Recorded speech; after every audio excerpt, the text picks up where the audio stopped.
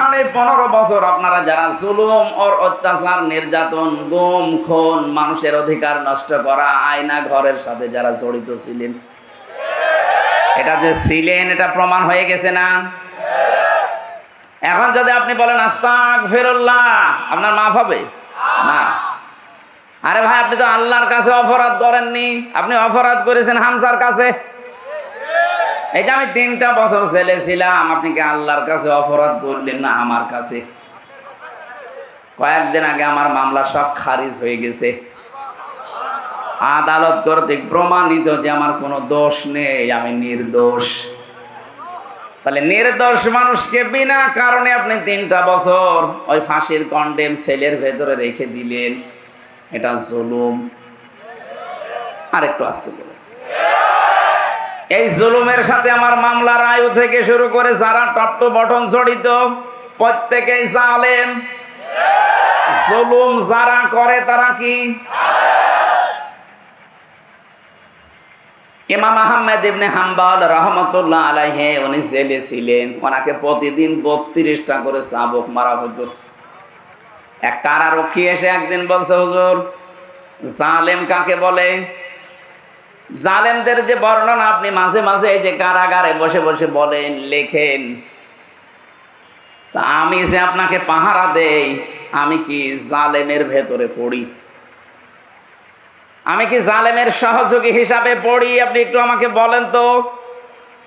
ইমাম আহমদ ইবনে হাম্বল বললেন, আল্লাহর বান্দা, জালেমের সহযোগী বলা হয় তাদেরকে যে মানুষগুলো যারা জুলুম করে তাদের পানি টেনে দেয়, কাপড় পরিষ্কার করে, ঘরদোর পরিষ্কার করে দেয়, নাস্তা বানিয়ে দেয়, চা টেনে দেয়। এই জালেমদের যারা এগুলো খেদমতে আছে তারা হচ্ছে জালেমদের সহকারী। আর তুমি যেটা করছো সহকারী না, তুমি নিজে জালেম। ও দাঁতে কামড় দিয়ে বলছে, কি প্রশ্ন করলাম আর উত্তর পেলাম কি? প্রশ্ন না করাই ভালো ছিল। আমি জানতে চেয়েছিলাম যে আমি কি জালেমের সহযোগী কিনা। এখন তো নিজেই আমি জালেম হয়ে গেলাম। এই জুলুম থেকে মুক্ত হওয়ার জন্য কি করা লাগবে? উনি কয়েকটা টিপস দিয়েছিলেন। আমার এখানে শিক্ষা দেওয়ার বিষয়, এই 15.5 বছরে যে যা জুলুম করেছেন, ওই জুলুম যদি যার সাথে করলেন তার ক্ষতি হয়ে যায়, ওই ক্ষতিপূরণ আপনাকে দেওয়া লাগবে। আমার সাথে এক ওসি ছিল কারাগারে, ওই যে নুসরাত হত্যা মামলার। আমি একদিন আমার ফাঁসির কন্ডেম সেলে বসে বসে তাওবার ব্যাখ্যা করছিলাম। উনি আমার কাছে এসে বলছে, হুজুর যে ব্যাখ্যা দিলেন, আমিও তো তওবা করেছি, দেখেন তো আমার তাওবা মেলে কিনা। বলেন। যে নির্বাচন গেল, আমি বাইরে ছিলাম, রাত 12টার পর থেকে আমার যে এসআই এবং আমার যা আছে আশপাশে কনস্টেবল, এদেরকে নিয়ে আমার আন্ডারে যারা রাত 12টার পর থেকে আল্লাহর নামে আমি ভোট কাটা আরম্ভ করলাম। এই দেখেন কোরআন শরীফ আমার সামনে, এইভাবেই বলছি, আমি আল্লাহর নামে ভোট কাটা আরম্ভ করলাম। ফজর পর্যন্ত কাজ করে বাক্স পরিপূর্ণ করে আমি জায়গা মতো পাঠিয়ে দিলাম। এই জন্যই তো দিনের ভোট রাতে হয়েছে।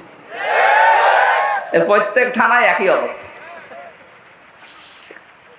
ফজরের আজান দেওয়ার পরে গোসল করলাম তাড়াতাড়ি, ওযু করার পরে 2 রাকাত নামাজ আদায় করে বললাম আস্তাগফিরুল্লাহ। হুজুর আমার এই তাওবা হয়েছে। আর না, তাওবা হয়নি, এটা ভণ্ডামি। আরে ভাই, আপনি তো আল্লাহর কাছে দোষ করেননি যে আস্তাগফিরুল্লাহ পড়বেন, আপনি দোষ করেছেন হামজার কাছে। একটা এমপি বানাতে 3.5 লাখ 4 লাখ মানুষের রায় লাগে, আর আপনি নিজেই সব দিয়ে দিলেন। কথা বলেন না কেন? সুতরাং আমার মতো 3.5 থেকে 4 লাখ হামজার কাছে আপনি আগে মাফ চাবেন। আমরা যদি বলি ঠিক আছে যা তোরে ছেড়ে দিলাম, কিন্তু ভয়ঙ্কর বিষয় হচ্ছে আপনি যখন থেকে ভোট কেটেছিলেন তারপরে এই কয় বছরে অনেক মানুষ এ দুনিয়া থেকে বিদায় নিয়েছে। আপনি তাদের কাছে মাফ চাবেন কি করে? সুতরাং জালেমদের অনুসারী যারা ছিল, ফাঁসিবাদের দোসর যারা ছিল, ওদের দুনিয়াও শেষ, আখিরাতও শেষ। আন মুআয ইবনে জাবাল রাদিয়াল্লাহু তাআলা আনহু قال قال النبي صلى الله عليه وسلم আলা ইন্নাল কিতাবা ওয়াস সুলতানা লা ইফতারিকান ফালা তুফারিকুল কিতাব ইলা আখিরিল হাদিস রাহু ইবনে মাজাহ ওয়া মা যাদাহুম ইল্লা ঈমানা ওয়া তাসলিমা।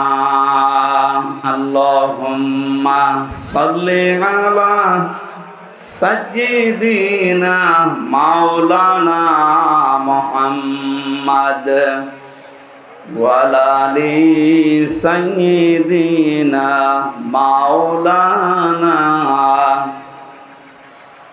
আলহামদুলিল্লাহ, টাঙ্গাইল জেলার মির্জাপুর থানার অন্তর্গত বাসতল নয়াপাড়া খলিলুর রহমান ডিগ্রি কলেজ ময়দানে দারুল উলুম ইকবাল মাদ্রাসা ও এতিমখানার উদ্যোগে তাফসিরুল কোরআন মাহফিল স্বনামধন্য সভাপতি মুফতি সাইদ আহমেদ, সহসভাপতি মুফতি আব্দুর রহমান এখানে আলোচনা রাখবেন। এশার পরে কারা নির্যাতিত আলেমে দ্বীন আমার ছোট ভাই জনাব মাওলানা রফিকুল ইসলাম মাদানী আতালাল্লাহু আমরাহু ওয়া বারাকাল্লাহু ফি হায়াতি, বলেন আমিন। মাহফিলের প্রধান অতিথি জাপান গার্ডেন সিটি লিমিটেড এর ব্যবস্থাপনা পরিচালক ও সভাপতি রিহাব বাংলাদেশ, শ্রদ্ধাভাজন বড় ভাই জনাব মোহাম্মদ ওয়াহিদুজ্জামান আতালাল্লাহু আমরাহু ওয়া বারাকাল্লাহু ফি হায়াতি, সকলে বলেন আমিন। বিশেষ অতিথি হিসাবে উপস্থিত আছেন জনাব আব্দুল্লাহ আল মামুন, জনাব আসাদুজ্জামান জামির, আরও অনেক মানুষের নাম দিয়েছেন। এখানে যাদের মাধ্যমে কোরআনে কারিমের দাওয়াত নিয়ে এসেছে আপনাদের সামনে, বড় ভাই জনাব মাওলানা আবুল কাশেম, বড় ভাই জহির উদ্দিন, সামনে বসা মুসলমান ভাইরা, পর্দার আড়ালের সম্মানিতা মা এবং বোনেরা, মেয়েরা এসেছে, হ্যাঁ, প্রশাসনের ভাইরা, প্রাণপ্রিয় টাঙ্গাইলবাসী, আল্লাহর দরবারে শুকরিয়া জানাচ্ছি যিনি আমাদেরকে সুস্থ রেখেছেন এখনো পর্যন্ত। এই অনুষ্ঠানটা শুধুমাত্র যারা টুপি মাথায় দেয় তাদের জন্য না, হাদা বায়ানুল লিন্নাস, আল্লাহ তাআলা বলেন যারা মানুষ পদবাচ্চা বিবেচিত তাদের জন্য আজকের এই অনুষ্ঠান। কোরআন আমরা সবাইকে শোনাতে চাই, দল মত জাতি বর্ণ ধর্ম নির্বিশেষে, মানুষ হলেই তাকে কোরআন শোনাতে হবে। ওয়াইন আহাদুম, কোরআনে কারিমে সূরা তাওবার ভেতরে সম্ভবত আল্লাহ জানিয়েছেন, নবীজিকে আল্লাহ জানাচ্ছেন, হে নবী, যদি কোনো অমুসলিমও আসে, আপনি যখন কোরআন পড়েন, কোরআন মানুষকে বোঝান, ওই সময় ওয়াইন আহাদুম মিনাল মুশরিকিন আস্তাজারাকা ফাআজিরহু হাত্তা ইয়াসমা'a কালামাল্লাহি সুম্মা আবলিগহু মা'মানা।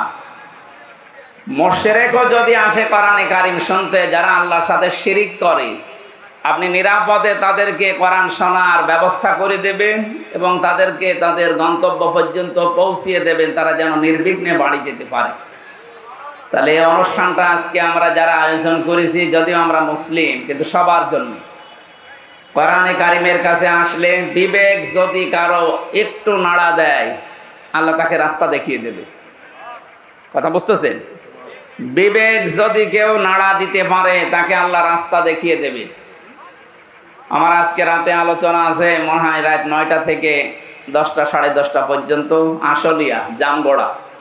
ওখানে আমি বিবেকের ওপরে কথা বলবো মনে করছি। আজকে এখানে আপনাদের আয়াত পড়েছিলাম সূরা আনআম 62-63 দুইটা আয়াত পড়েছি। আজকের আলোচনার বিষয় আল্লাহর জন্যে। এই শব্দটা ছোট্ট মনে হচ্ছে, এত কথা আল্লাহ এর ভেতরে দিয়ে রেখেছেন। আমার মনে হয় এই আয়াত দুইটাকেও যদি বুঝে আমল করতে পারে, দুনিয়া আখিরাত তার জন্য যথেষ্ট হয়ে যাবে। এত কথা এর ভেতরে আছে, আমরা তাফসীর আকারে বের করার চেষ্টা চালাবো ইনশাআল্লাহ। যিনি আমাদেরকে সুস্থ রাখার পরে ময়দানে নিয়ে আসলেন, না কিছু লাগবে না, কিচ্ছু লাগবে না ভাই, যার লাগে তারে দেবেন, এখানে আর আসবেন না। 1 ঘন্টা সময় পাচ্ছে, একেবারে নিস্তব্ধ হয়ে বসে থাকেন। যে যত অ্যাক্টিভ হয়ে শুনতে পারবেন, আল্লাহর রহমত তার উপরে তত বেশি নাজিল হবে।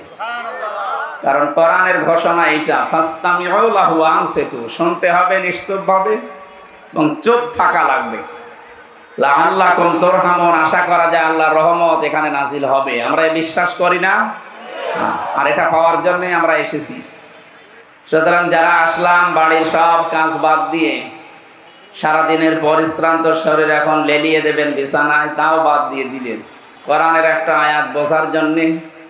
এত আগ্রহ যাদের, তারা বলছে আলহামদুলিল্লাহ।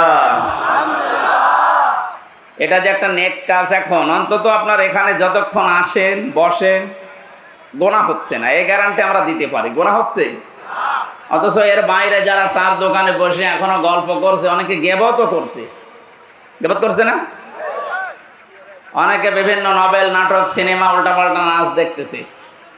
আরো বিভিন্ন জায়গায় যারা অপকর্মে লিপ্ত আছে। এই সমস্ত মানুষের যে গোনা হচ্ছে, এতে কোনো সন্দেহ আছে? আমাদের অন্তত হায়াতের জিন্দিগিতে এখন 1-1.5 ঘন্টা যা বসে থাকবে, আপনার আর যাই হোক গোনা হবে না। বলেন না কেন? আল্লাহ রাব্বুল আলামিন বলেন, মান জাবিল হাসানাতি ফালাহু আশরু আমসালিহা।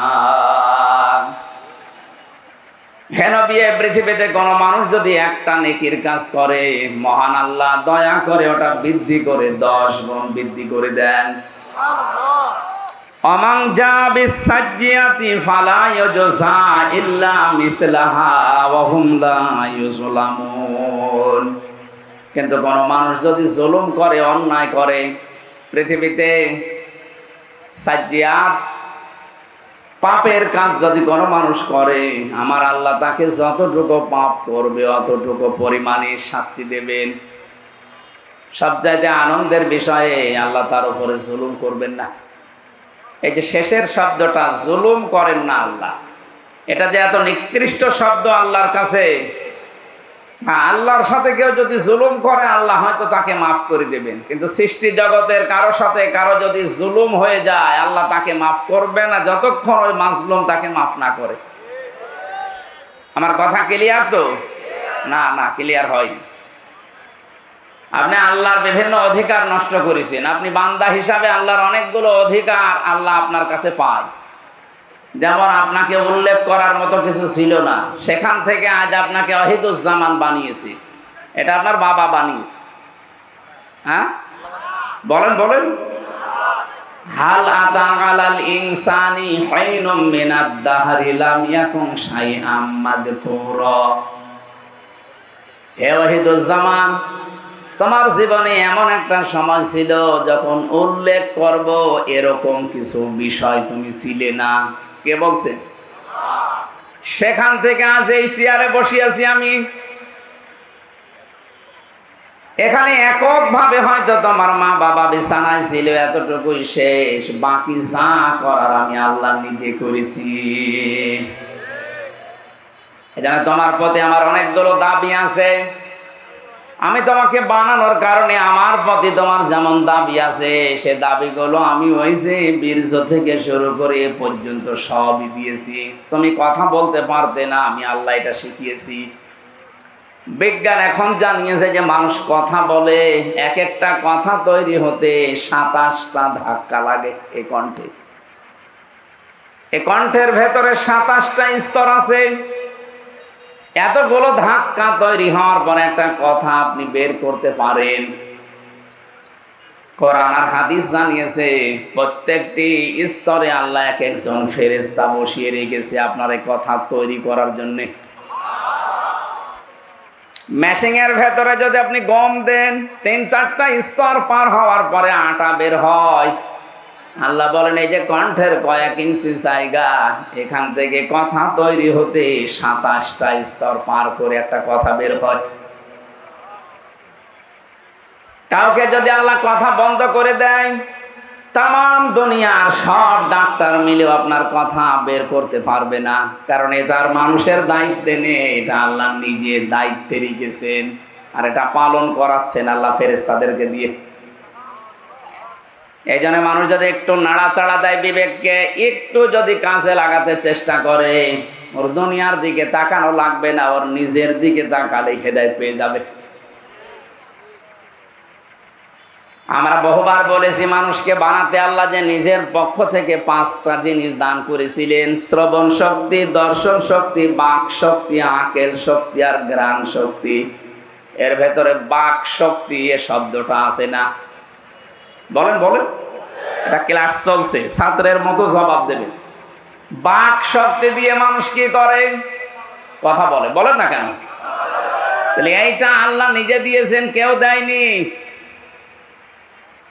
তাফসিরের ভেতরে পড়েছি হাক্কানিতে, এখানে অনেক আলেম আছে, তাদেরকে বলছি আপনি একটু চিন্তা করে দেখেন, এই যে 27টা স্তর, প্রতি জায়গায় একজন করে ফেরেশতা বসে আছে, এর কথা ওর কাছে, ওর কথা ওর কাছে, এভাবে দিতে দিতে 27 নাম্বারের জায়গা দিয়ে একটা কথা তৈরি হয়।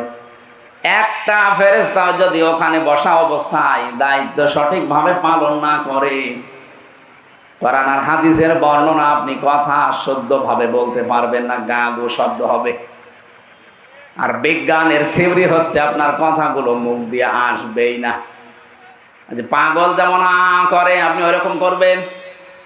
যে কথা এটা তৈরি হওয়ার জন্য যিনি দায়িত্ব পালন করাচ্ছেন ফেরেশতাদেরকে, বলেন বলেন।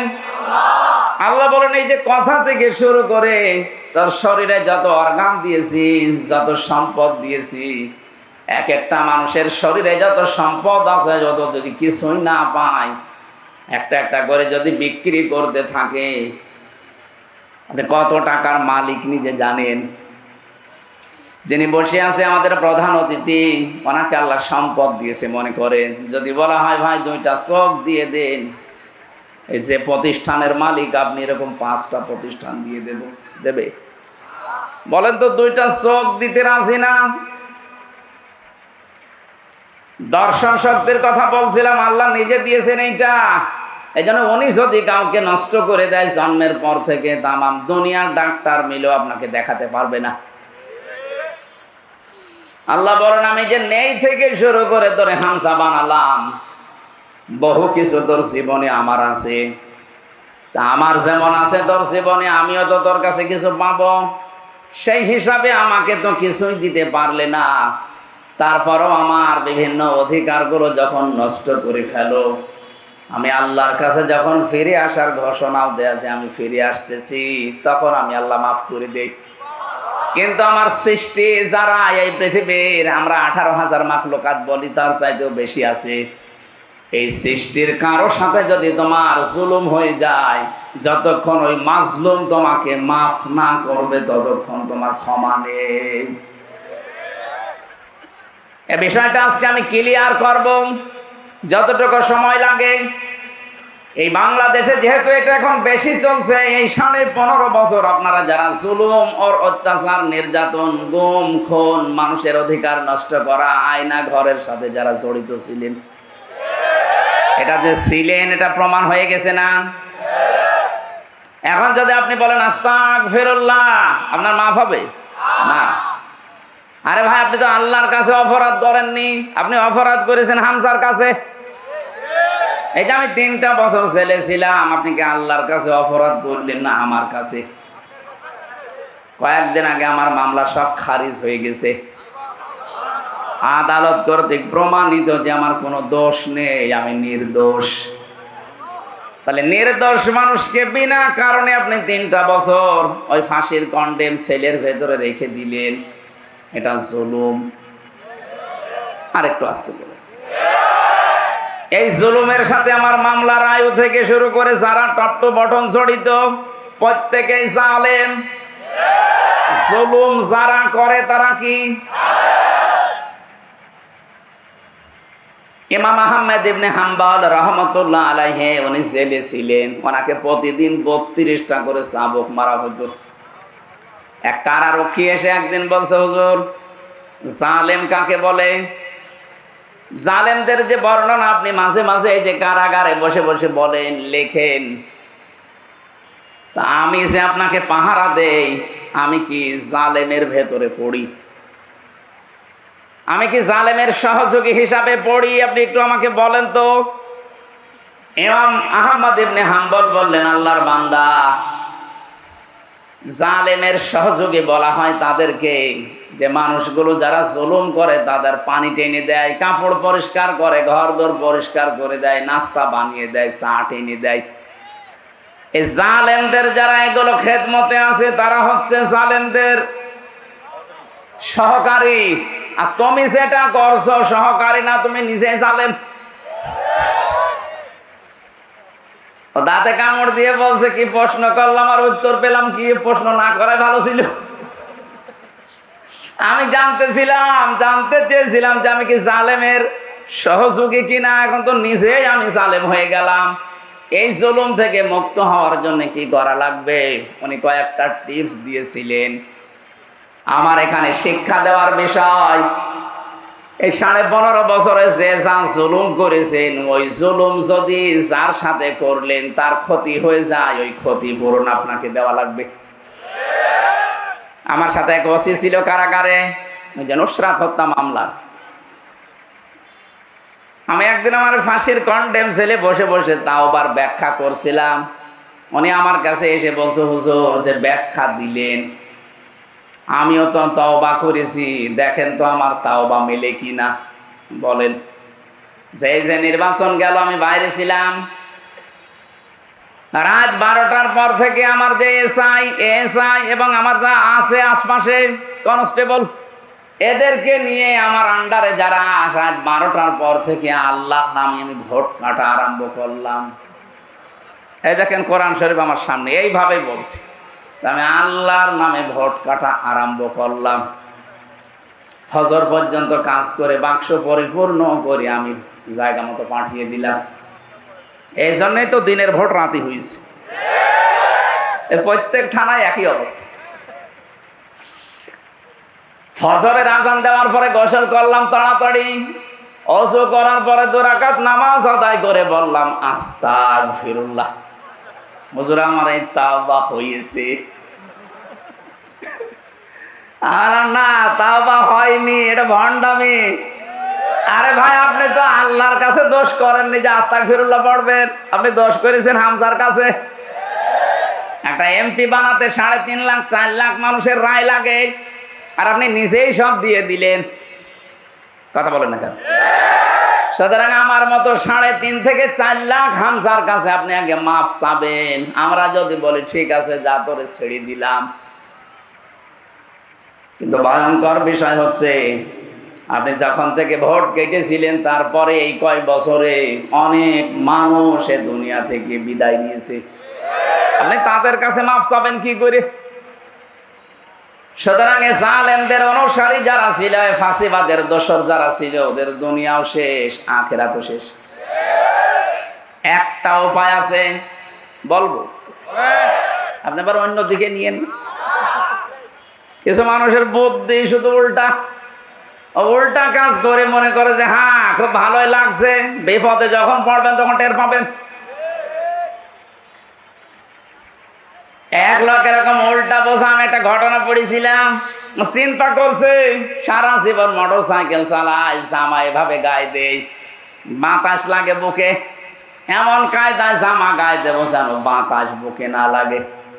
জামার সামনের সাইড দিয়েছে পেছনে। এত জোরে মোটর সাইকেল, শেষ পর্যন্ত অ্যাক্সিডেন্ট করে মসজিদের পাশে পড়ে আছে।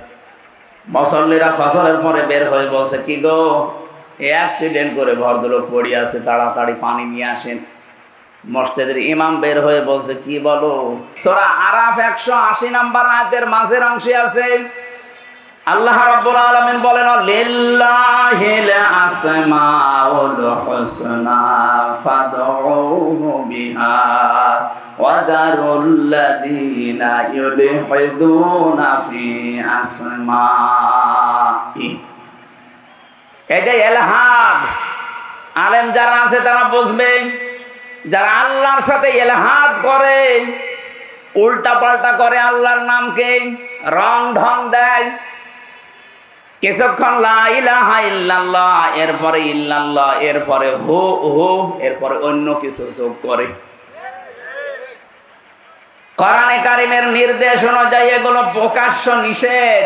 আশা করছি আপনি জীবনে আর এই কাজ করবেন না, তাহলে ডবল শাস্তি পাবেন। এর পরের শব্দে আল্লাহ ডবল শাস্তির কথা নিজেই জানিয়েছেন,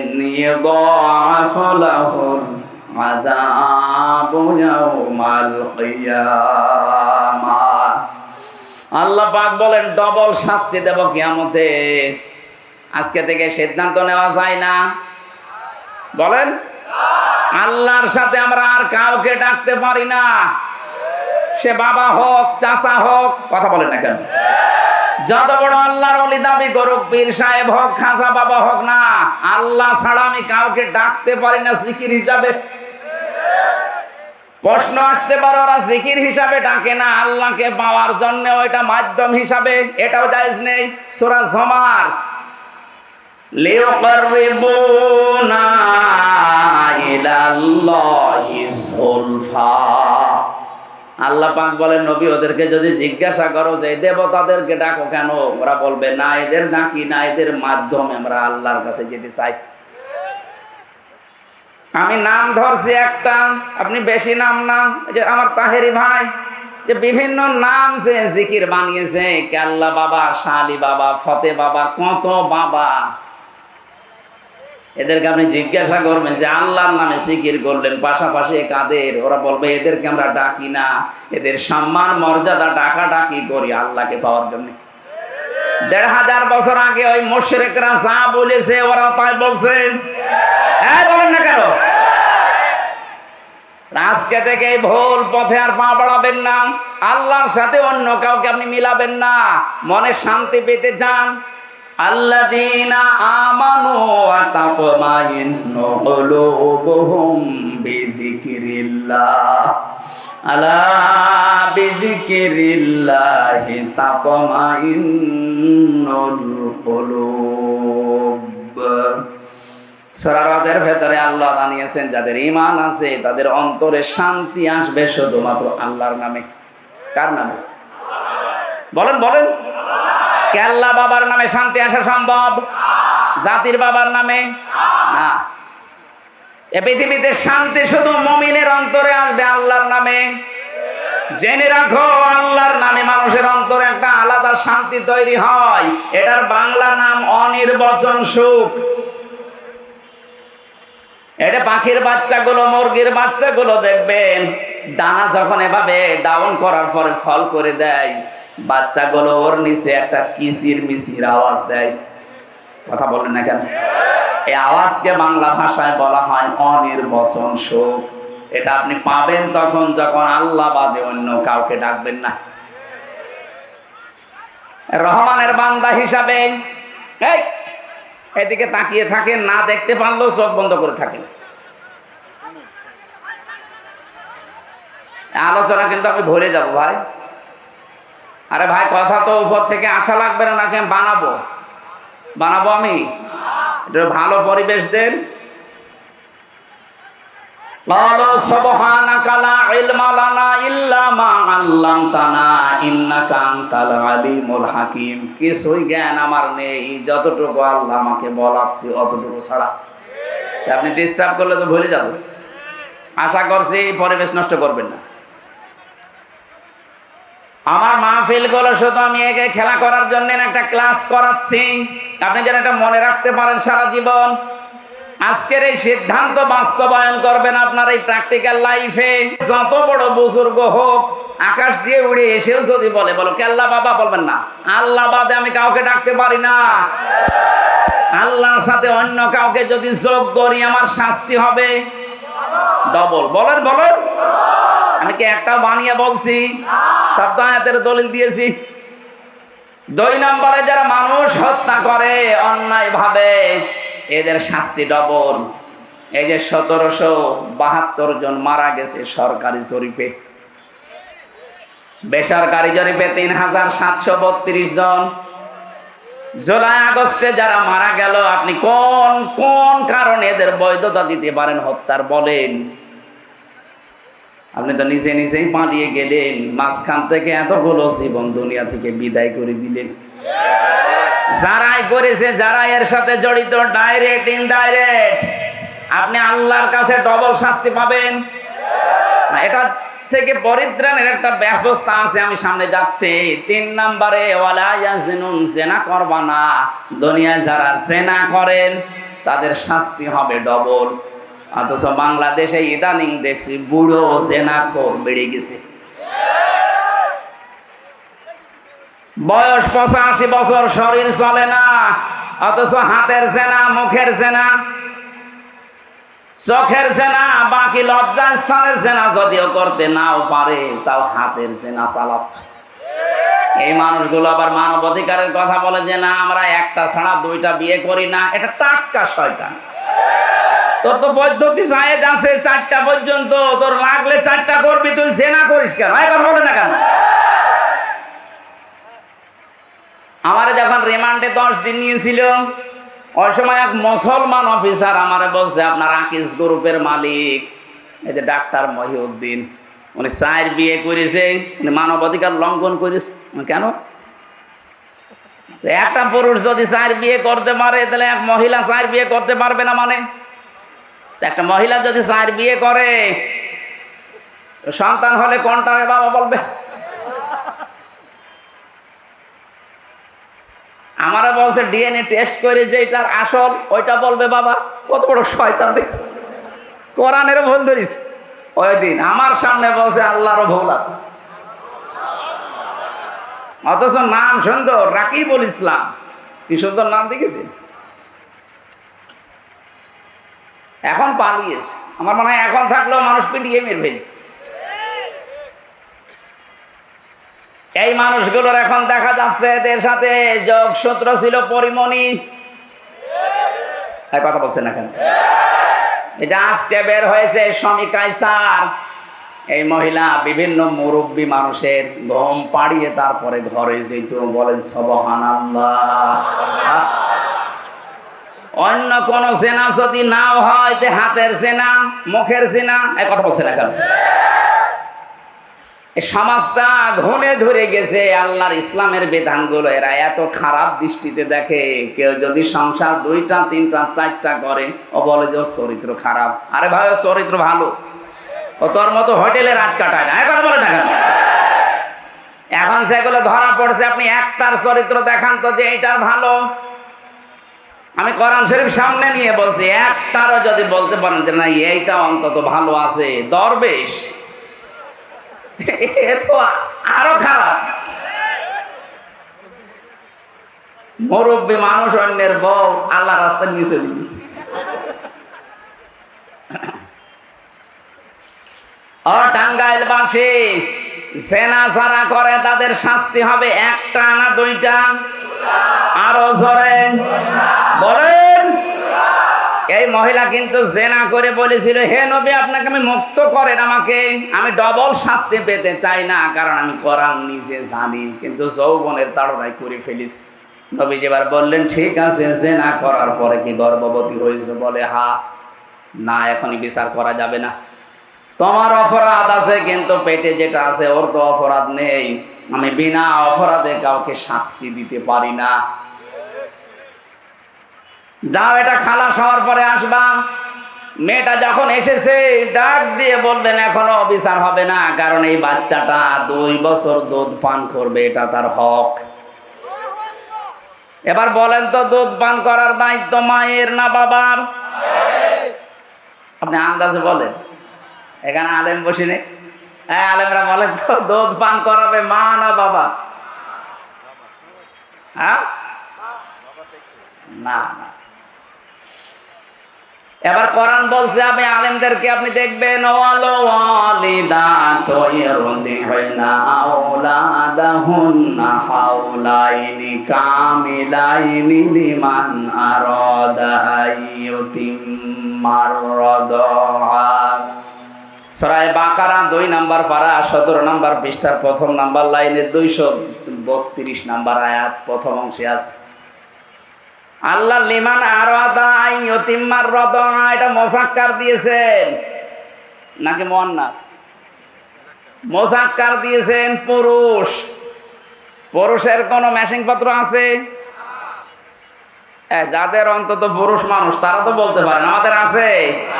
তা আল্লাহ আমার পুরুষ মানুষের শব্দ দিলেন কেন? সন্তানের জন্য দুধ খাওয়ানোর যত রকমের খরচপাতি আছে, যত রকমের অর্থনৈতিক বিষয়, সব দায়িত্ব আল্লাহ বাবাকে দিয়েছেন। মায়ের কোনো দায়িত্ব নেই। উনি যদি পান নাও করায় তো ওনার গুনাহ হবে না। কথা বলে না কেন? এই জন্য ওই জামানার নিয়ম ছিল সন্তান হওয়ার পরে পাঠিয়ে দিত বাবা। 2 বছর আগে দুধ খাওয়ানোর যত খরচ আছে বাবার পক্ষ থেকে দেওয়া হতো। এইটাই নিয়ম ইসলামের। আমার মনে হয় মাইকে বলা এটা ঠিক হলো না, কারণ আমারও তো 40 দিন আগে একটা বাচ্চা হয়েছে। ম্যাডাম যদি লাইভ দেখে বলবে ঠিক আছে তোমার মেয়ে তুমি নিয়ে যাও, নাই তো এক একটা মেয়ের জন্য 5 লাখ টাকা করে দেওয়া লাগবে। ও ছাতা আমার তাই দেওয়া লাগবে, কারণ মেয়ে তো আমার বাঁচানো লাগবে। কথা বলে না কেন? যেহেতু আমার ম্যাচিং পত্র নেই, আল্লাহ ওনাকে দিয়েছে।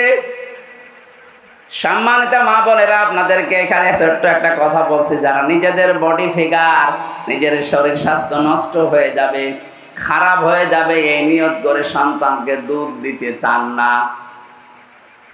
কোন জিনিস এক জায়গায় রাখলে, জমাট বাঁধলে কিন্তু ওটা নষ্ট হয়ে যায়। পানি এক জায়গায় রাখবেন দেখবেন পছন্দ ধরে। কথা বলছেন না? যত পানি ছেড়ে দেবেন দেখবেন স্বচ্ছ নির্মল পানি আসতে থাকবে। আর এক জায়গায় রাখেন দেখেন 10 দিন পরে পছন্দ ধরে যাবে, নষ্ট হয়ে যাবে, পোকামাকড় তৈরি হবে। পৃথিবীর কোন জিনিস এক জায়গায় রাখলেই নষ্ট হয়। এই লোহা লক্কড় এক জায়গায় রাখেন, মরিচা ধরবে, জং ধরে যাবে, শেষে ক্ষয় হতে হতে মাটি হয়ে যাবে। কথা বলেন? ক্ষমতাও এক জায়গায় রাখা ঠিক না, এটা নষ্ট হয়ে যায়। 15.5 বছরে তাই হয়েছে। আমি অত দূর আর যেতে চাচ্ছি না। মাকে আল্লাহ যে খাবারটা দিয়েছেন তাদের বুকের ওপর, এটা যদি আপনি সন্তানকে না দিয়ে এক জায়গায় করে রাখেন, এইটাও নষ্ট হয়ে যাবে, শেষ পর্যন্ত ক্যান্সার হবে, কেটে বাদ দেওয়া লাগবে। যাক, আমার বিষয় ওইটা না, আমি শুধু একটা ক্লাস দিলাম। মায়েরা যদি দুধ পান না করায় গোনা হবে না, দায়িত্ব আল্লাহ বাবাকে দিয়েছেন। আপনি টাকা খরচ করে করবেন না, মানুষ রেখে করবেন, এটা আপনার দায়িত্ব।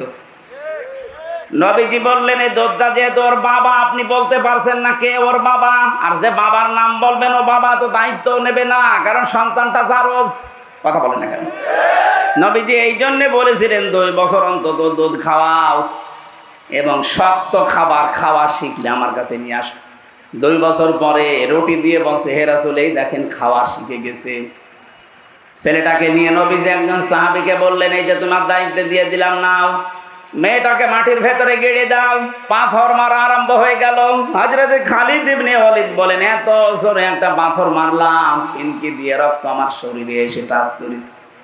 আমি বরদোয়া দিলাম, ভৎসনা দিলাম, ভোরও কঞ্চিত করলাম, সি কার রক্ত আমার শরীরে লেগে গেছে।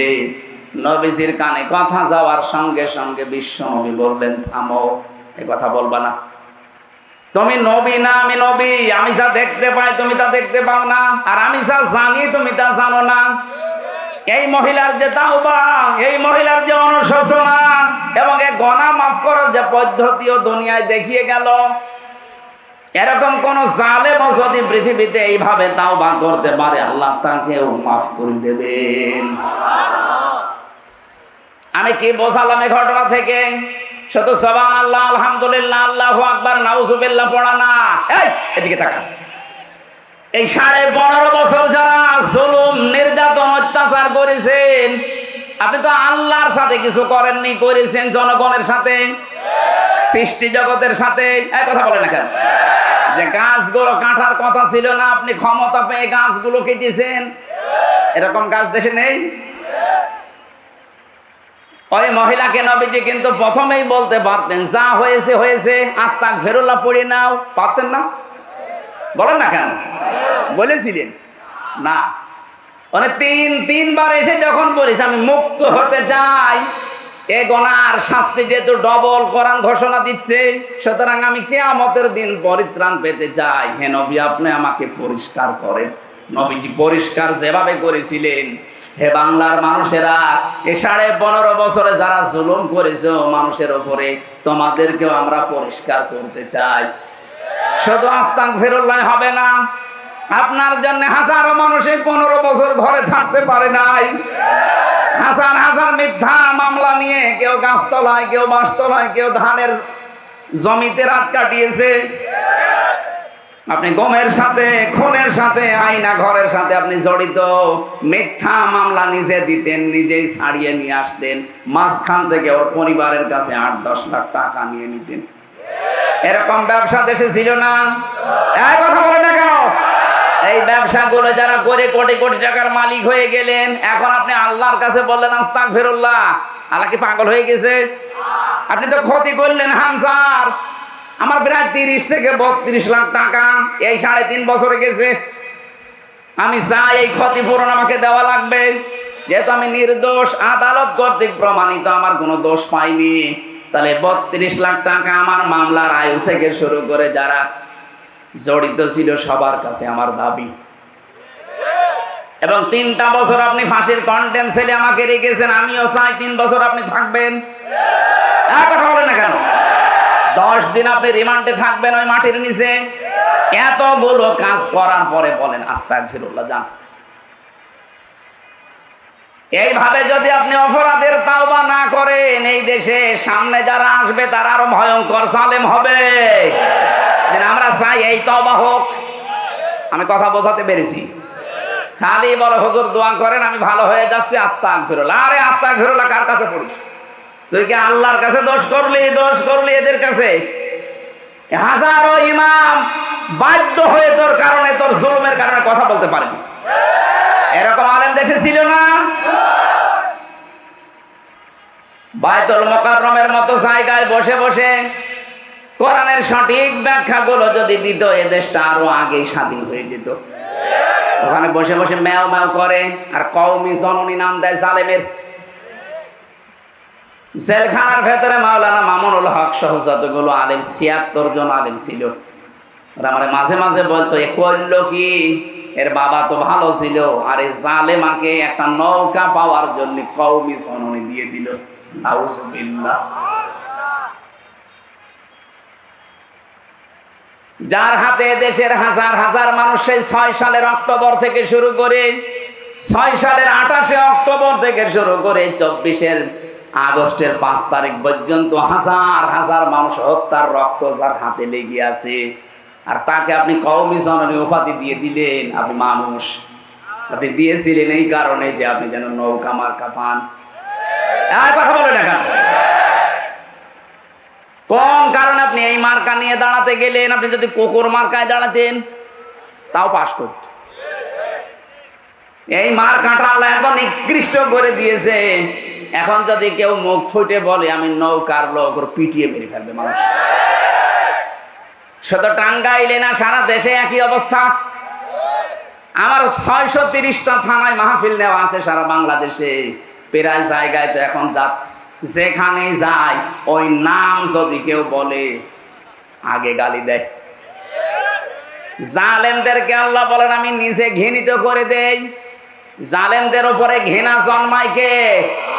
পুরা সৃষ্টি জগতের ভেতরে তাদের প্রতি রাগ তৈরি হয় আল্লাহর পক্ষ থেকে। এটা আমি বানালাম। সূরা শুরার 42 নম্বর আয়াতে আছে, ইন্নামাস সাবিলু আলাল্লাযিনা ইয়াযলিমুনান নাস। আল্লাহ পাক বলেন অবশ্যই আমি আল্লাহ নিজে মামলা দেব জালেমদের বিরুদ্ধে। আল্লাহর মামলার আসামি জালেমরা, তাহলে আল্লাহর সৃষ্টি জগৎ তাদের উপরে মন খারাপ করবে না? কথা বলুন।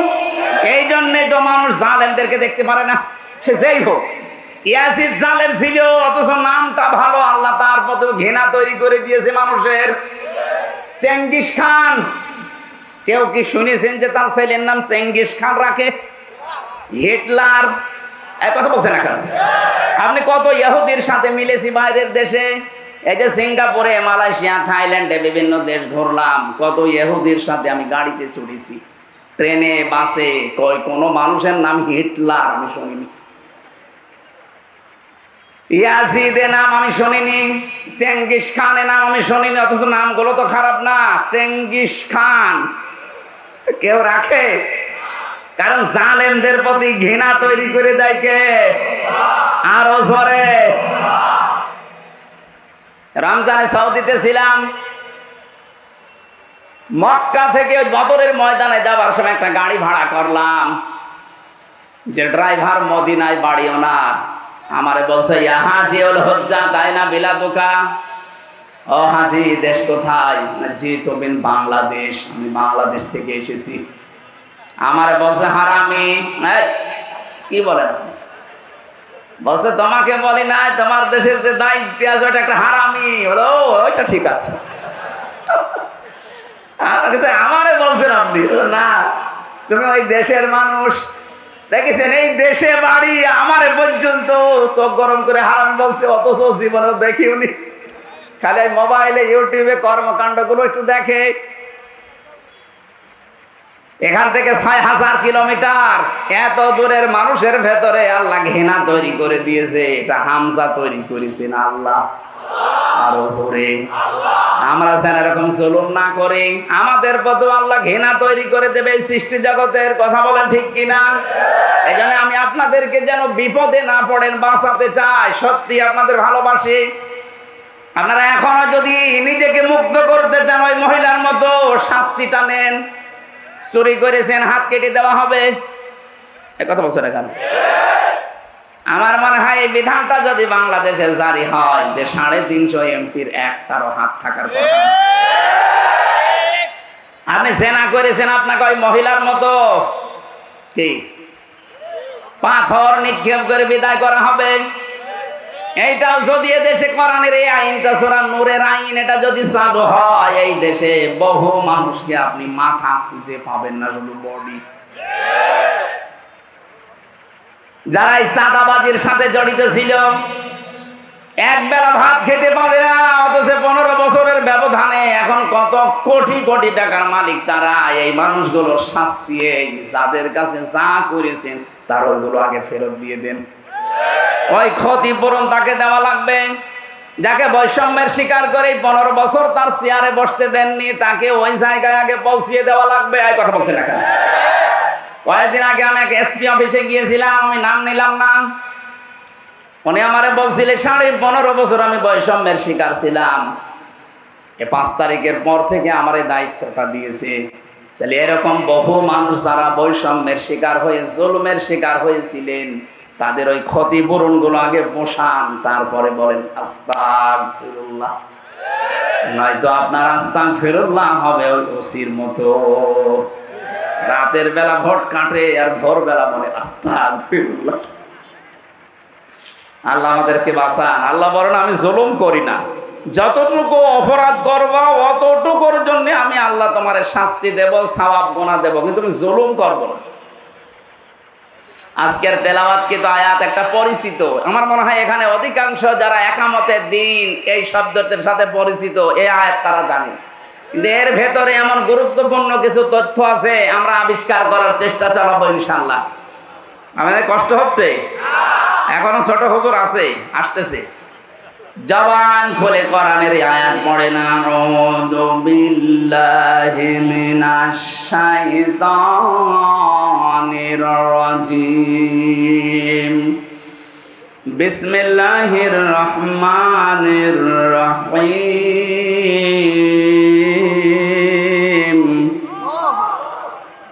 কুল ইন্না সালাতি ওয়া নুসুকি ওয়া মাহইয়ায়া ওয়া মামাতি লিল্লাহি রাব্বিল আলামিন। হযরত ইব্রাহিম আলাইহিস সালাম আমাদের জাতির পিতা যিনি, তাকে আল্লাহ এই কথাগুলো শুনিয়েছেন। আল্লাহ পাক বলেন, নবী আপনি বলুন, কুল ইন্না সালাতি ওয়া নুসুকি ওয়া মাহইয়ায়া ওয়া মামাতি লিল্লাহি রাব্বিল আলামিন। আমি আমার নামাজ, আমার কোরবানি, আমার এই যে বেঁচে আছে জীবনটা, আমি যখন মারা যাব মরণের আগ পর্যন্ত যা আছে আমার দুনিয়ায় সব আল্লাহর জন্য দিয়ে দিলাম। বলেন সুবহানাল্লাহ। চারটা কথা আল্লাহ আয়াতে জানিয়েছেন, শেষে জানিয়েছেন লা শারিকা লাহু ওয়া বিযালিকা উমিরতু, আমি শিরিক করি না, আমাকে এই নির্দেশ দেওয়া হয়েছে ওয়া আনা আউয়ালুল মুসলিমিন, আর আমি প্রথম মুসলমান আত্মসমর্পণকারী। এটা বাংলা অর্থ ছিল। এবার আসেন তো শব্দের ভেতরে আল্লাহ কি কি দিয়েছেন। প্রথমে আল্লাহ বলেন কুল, হে নবী আপনি বলুন, ইন্না অবশ্যই, সলাতি আমার নামাজ। নামাজ কার? না না, নামাজ আল্লাহর। এই শব্দটা পুরা কোরআনে এক জায়গায় আছে শুধু, ফাসল্লি লিরাব্বিকা, হে নবী নামাজ পড়েন আপনার রবের জন্যে। কার জন্যে?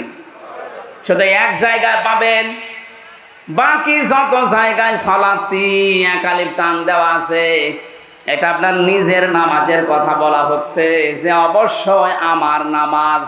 তার মানে আমি যেটা আদায় করি, এই নামাজ বলতে শুধুমাত্র এই দাঁড়িয়ে থাকা, রুকু দেওয়া, সেজদা দেওয়া না। এটা একটা কঠিন প্রশিক্ষণ। নামাজ যে একটা কঠিন প্রশিক্ষণ, ট্রেনিং, এটাকে আমি নিজে বলছি বানিয়ে? বলেন বলেন। ওয়াস্তাঈনু বিস-সাবরি ওয়াস-সালাহ ওয়া ইন্নাহা লাকাবীরাতুন ইল্লা আলাল খাশিঈন। সূরা বাকারার ভেতরে আছে, আল্লাহ পাক বলেন ধৈর্য ধারণ করার মাধ্যমে আর সবরের মাধ্যমে আমি আল্লাহর কাছে তোমরা সাহায্য চাও। পৃথিবীতে যত কাজ আছে সব চাইতে বড় কঠিন কাজ নামাজ। কে বলছেন? ওয়া ইন্নাহা লাকাবীরাতুন, অবশ্যই নামাজ একটা ভারী বস্তু, কঠিন একটা বিষয়। ইল্লা আলাল খাশিঈন, কিন্তু যে মানুষগুলো আল্লাহকে ভয় করে তাদের জন্য এটা মোটেও কঠিন না, ভার না, এটা আল্লাহ সহজ করে দেয়। আল্লাযীনা ইয়াযুন্নুনা আন্নাহুম মুলাকু রাব্বিহিম ওয়া আন্নাহুম ইলাইহি রাজিউন, যারা এই বিশ্বাস করে দৃঢ়ভাবে যে আমাদের রবের কাছে আমাকে দাঁড়াতে হবে, আর সর্বপ্রথম আল্লাহ আমাকে জিজ্ঞাসা করবে, আউয়ালু মা ইউহাসাবু বিহিল আবদু ইয়াউমাল কিয়ামাতিস সালাহ। ও হামজা, নামাজ পড়তে কিনা বল। কে বলছে? এই প্রথম প্রশ্ন জিজ্ঞাসা করা হবে, নামাজ পড়তে কিনা বল। এখান থেকে আমি যেটা শিক্ষা বের করেছি, নামাজ শুধুমাত্র দাঁড়ানো, 5 ওয়াক্ত নামাজে যাওয়া, আর এই যে রুকু সেজদার যে ট্রেনিং দেওয়া, এইটাই না। এখান থেকে আমার আল্লাহ 27টা বিষয় আপনাকে নিতে বলছেন। এই 27টা বিষয় যদি কোনো মানুষ নামাজি নিতে পারে, ওই মানুষের ভেতর থেকে 3টা জিনিস আল্লাহ দূর করে দেবেন। প্রধানত কয়টা? আরো জোরে বলেন। এবার আপনি মিলান তো আপনার ভেতরে 3টা আছে কিনা। সূরা মাআরিজের ভেতরে পাবেন, ইন্নাল ইনসানা খুলিকা হালুআ ইযা মাসসাহুশ শাররু জাযুআ ওয়া ইযা মাসসাহুল খায়রু মানুআ ইল্লাল মুসাল্লিন। রব্বুল আলামিন বলেন অবশ্যই আমি মানুষকে হালুয়া বানিয়েছি। কি কি বললাম? হালুয়া মানে ভর্তা। হালুয়া মানে অবশ্য রুটি দিয়ে খায়। ইন্নাল ইনসানা খুলিকা হালুয়া, অবশ্যই মানুষকে তৈরি করা হয়েছে হালুয়া।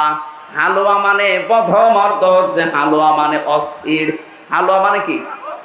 আরো জোরে বলেন। মানুষের ভেতরে অস্থিরতা কাজ করে সব সময়, সব সময় অস্থির মানুষ।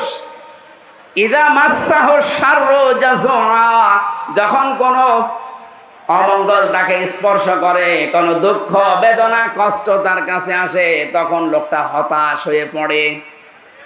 এটা মানুষের স্বভাব, আমাদের ভেতরে নেই। আরো জোরে বলেন বলেন। সব মানুষের ভেতরে, দুনিয়াতে 750 কোটির উপরে মানুষ, সবার ভেতরে এইগুলো আছে। মানুষ অস্থির, সব সময় ব্যস্ত, সব সময় মানুষের ভেতরে অস্থিরতা কাজ করে। 2 নম্বরে মানুষ বিপদ আপদে পড়লেই হতাশ হয়ে পড়ে।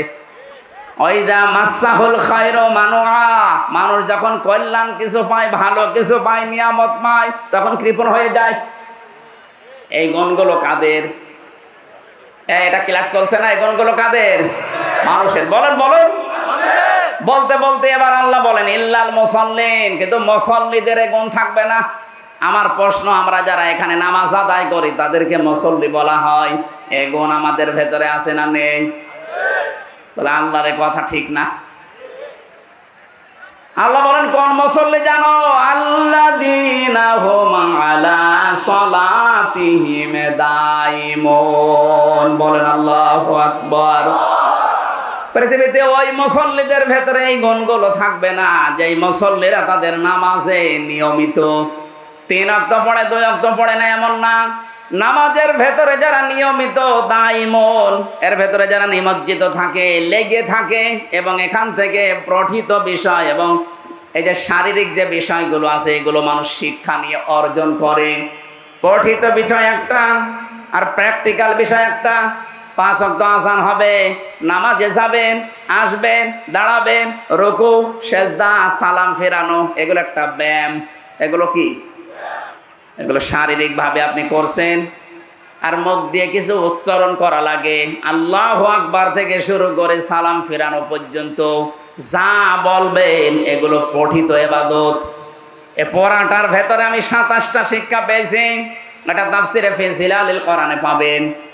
কোন মুসল্লি যদি এই 27টা শিক্ষা নিয়ে তার প্র্যাকটিক্যাল লাইফে মিলাতে পারে, এই আয়াতের হক তার জীবনে আদায় হয়, সে যেন বলতে পারে ওলে ইন্না সলাতি, আমার নামাজ।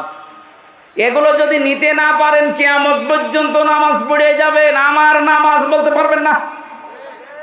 এগুলো যারা বলতে পারে তাদের নামাজের দিকে তাকান, তাদের ভেতরে বিপদে পড়লে আপনি হতাশা পাবেন না, নিয়ামত পেলে তারা কৃপণ হয়ে যাবে না। ওই মানুষগুলো কোনো অস্থিরতা কাজ করে না। আমি নিজে তাদের সাথে থেকে দেখেছি। এ মানুষগুলো মুসল্লি এবং স্থায়ী মুসল্লি। আমরা ওই রকম নামাজ পড়তে চাই, আল্লাহর কোরআনে বর্ণিত যে নামাজ আল্লাহ দিয়েছেন। আমরা যদি সত্যি আস্তে আস্তে প্র্যাকটিস করি এই নামাজের, আল্লাহ আমাদেরকে ওই রকম মানের নামাজি বানিয়ে দেবেন। বলেন আমিন। দ্বিতীয় শব্দ ছিল নুসুকি, আমার নুসুক, আমার কোরবানি। তাফসিরে আমি নুসুক শব্দের 3টা অর্থ পেয়েছি। 1 নম্বরে নুসুক মানে কোরবানি করা, রক্ত প্রবাহ করা। 2 নম্বরে নুসুক মানে হজের কাজকর্ম। 3 নম্বরে নুসুক মানে ইবাদত বন্দেগী। এই 3টা বিষয় আপনি আল্লাহর জন্য দিয়ে দিলেন। 3 নম্বরে মানুষ বলছে ও মাহইয়া, আমার সে হায়াত। এই যে 60, 65, 80, 90 বছরের একটা হায়াত, এ আল্লাহ আমি যখনই তোমাকে এই কথার ঘোষণা দিয়েছি যে ও মাহইয়া, আমার হায়াত আমি দিয়ে দিয়েছি, এখন থেকে মন মতো আমার 1 সেকেন্ডও কোনো জায়গায় ব্যয় হবে না। জোরে বলেন সুবহানাল্লাহ। এইভাবে করে যদি জীবন কেউ চালাতে পারে। 4 নম্বরটা ও মামাতি, আমার যে মরণ আসবে, এই মরণের আগ পর্যন্ত আমার এই সারা জীবনের এই 33 বছর হামসার বয়স, এই 33 বছরটাই আমি পবিত্র পরিষ্কার করে তোমাকে দেখাবো।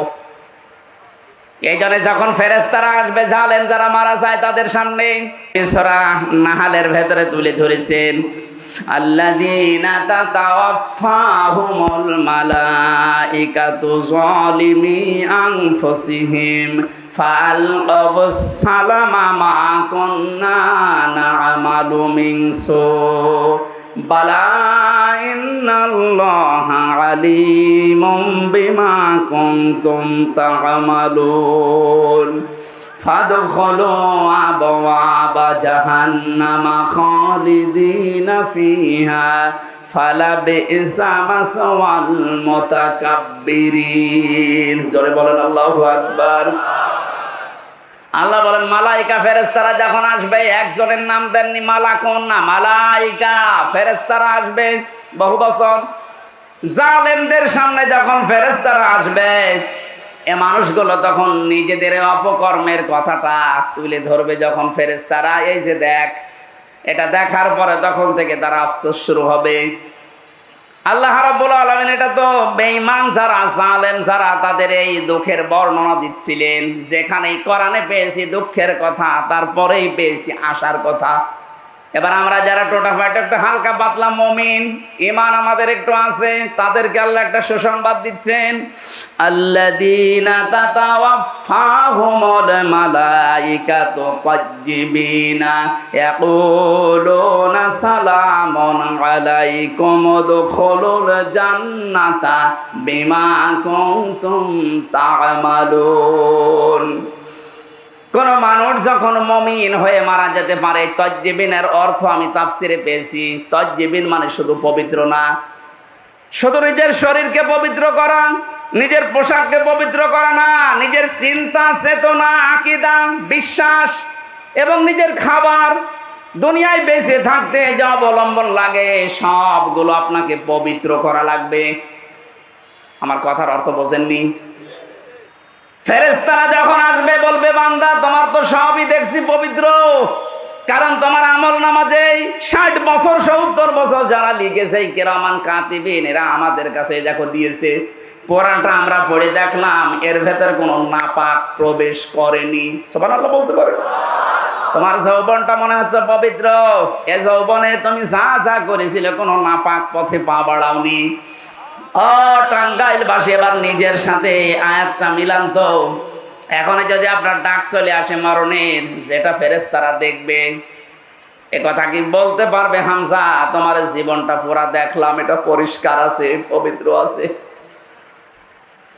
তাজ্জিবিনা মানে শুধুমাত্র পোশাক পবিত্র না, শুধুমাত্র শরীর পবিত্র না, তোমার সব পবিত্র হওয়া লাগবে। তোমার চিন্তা চেতনাও, তুমি দুনিয়াতে কি কি করেছিল ওই কাজগুলো পবিত্র হওয়া লাগবে।